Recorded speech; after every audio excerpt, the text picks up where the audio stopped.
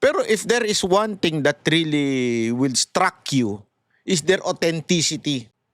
Alam mo, ako from my experience on mga Duterte, they're not perfect people. They're not perfect politicians. From the father to the daughter, pati yung mga anak niya, hindi yung mga perpekto yan.